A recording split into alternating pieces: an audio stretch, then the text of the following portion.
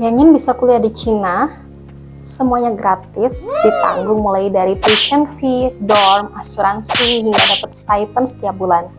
Jadi perkenalkan, aku adalah Mutia Robial Adawiyah. Aku penerima beasiswa Chinese Government Scholarship tahun 2023 sampai tahun 2025. Di video ini aku akan membahas tentang bagaimana aku bisa mendapatkan beasiswa Chinese Government Scholarship, prosesnya, apa aja benefit dari Chinese Government Scholarship, dan aku juga udah bikin handbook yang bisa memudahkan perjalanan kalian tanpa perlu trial dan error terlebih dahulu seperti aku dulu. Kalau kamu ngeklik video ini, mungkin kamu juga ingin apply untuk beasiswa CGS, tapi masih bingung dengan info-info yang masih tersebar. Jadi silahkan disimak dalam video ini. Jadi, Chinese Government Scholarship adalah salah satu beasiswa yang paling terkenal di Cina yang mengcover semua kebutuhan.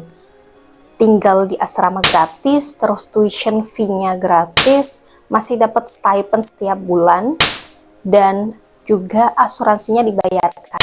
Nah, untuk jenjang bachelor ini dapatnya 2.500, untuk master 3.000, dan untuk PhD 3.500. Beasiswa ini cukup kompetitif dan ada banyak pelamar dari berbagai penjuru dunia untuk memperebutkan seat ini.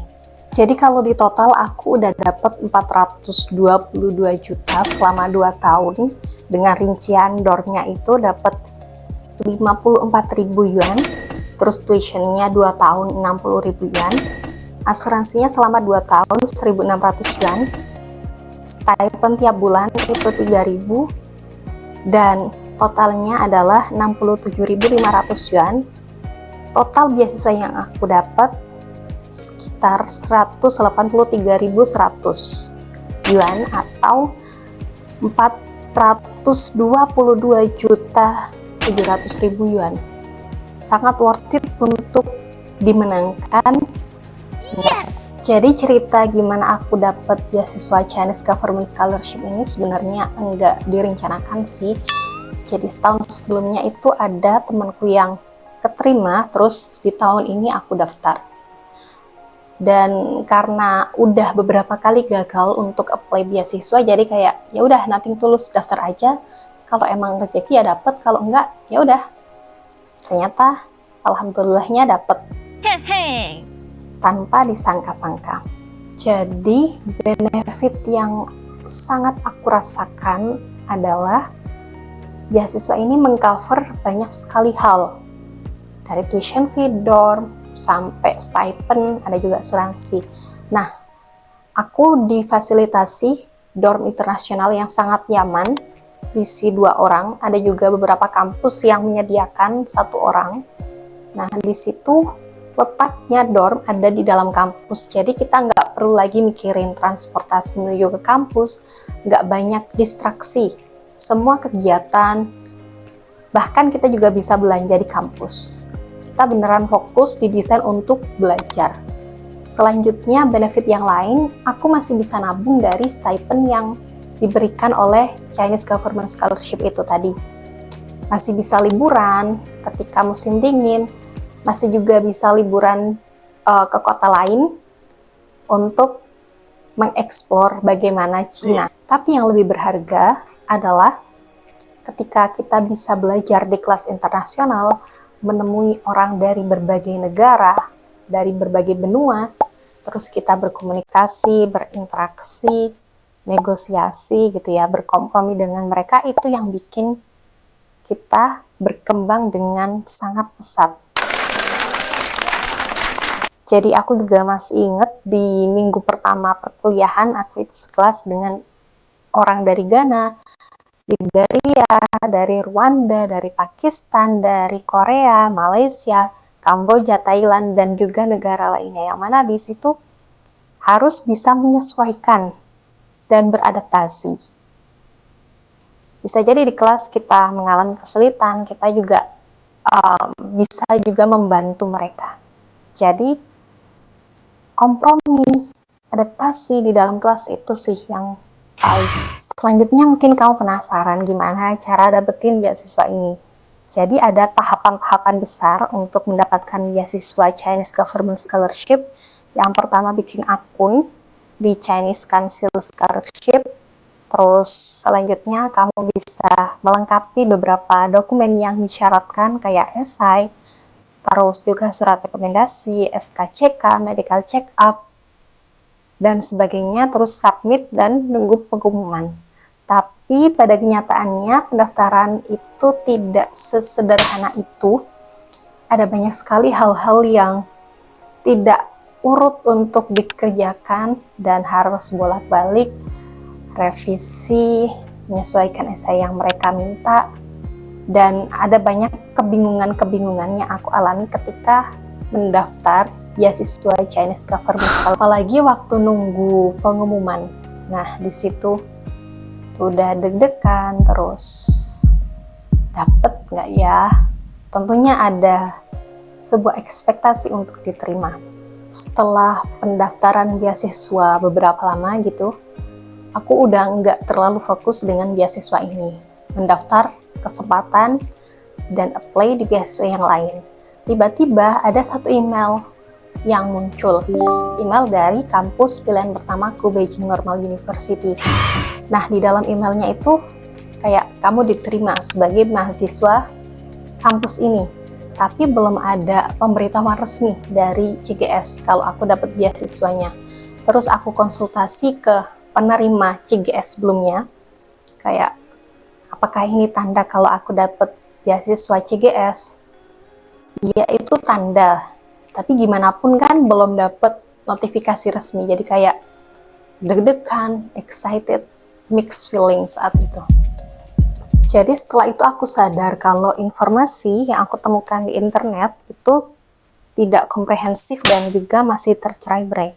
Tidak ada step by step secara detail apa yang harus aku lakukan sebagai pelamar beasiswa. Aku harus mencoba sendiri, aku harus tahu urutannya nanti ketika sudah menyelesaikan. Dan aku setelah jadi award di CGS di 2 tahun ini, aku bertekad untuk bikin handbook yang akan memudahkan teman-teman yang lain yang ingin apply beasiswa Chinese Government Scholarship dengan buku panduan yang sangat jelas, mulai dari step-stepnya, terus juga apa yang harus dilakukan, dokumen apa, terus esainya yang diminta itu seperti apa. Selanjutnya nggak cukup sampai di situ, dan bahkan aku bahas sampai gimana teman-teman mempersiapkan 1 bulan pertama di Cina. Jadi aku sudah membuat handbook berisi 42 halaman yang sangat daging. Di dalamnya itu ada 39 step yang harus dilakukan selama 6 bulan, bisa disesuaikan dari timeline teman-teman daftar. Jadi bulan pertama harus ngapain, bulan kedua harus ngapain, sampai bulan ke-6. Sekarang kan masih September, artinya teman-teman masih punya waktu yang cukup untuk mempersiapkan untuk apply di tahun 2026 hingga bulan Maret atau April. Setelah itu buku ini kan ada 7 chapter, ada Q&A, ada essay template, nggak cuma essay template tapi juga isi dari esai, terus rekomendasinya. Jadi contoh nyatanya itu ada berbahasa Inggris. Terus setelah diterima kan harus ada beberapa hal yang diurus, itu juga aku bahas di sini. Aplikasi yang diperlukan di Cina karena Cina sangat unik, ada banyak sekali apps yang harus kita siapkan ketika di Indonesia. Packing checklist, barang apa aja yang dibutuhkan di Cina sebagai referensi, dan juga booklet ini akan menemani teman-teman sampai 1 bulan pertama. Harus ngapain aja, karena sampai di Cina kita harus mengurus berbagai administrasi. Dulu itu bingung sekali kayak apa tahapannya, tapi harapannya dengan buku ini teman-teman bisa sangat praktis, bisa langsung diaplikasikan tanpa banyak bingung, tanpa trial dan error. Oke. Aku sangat paham kalau mendaftar beasiswa itu proses yang panjang, melelahkan, dan penuh dengan ketidakpastian. Tapi aku yakin kalau teman-teman mempersiapkan dengan sangat matang, itu akan membuka peluang untuk dapat beasiswa di Cina. Dan dimanapun teman-teman ingin dapat beasiswa.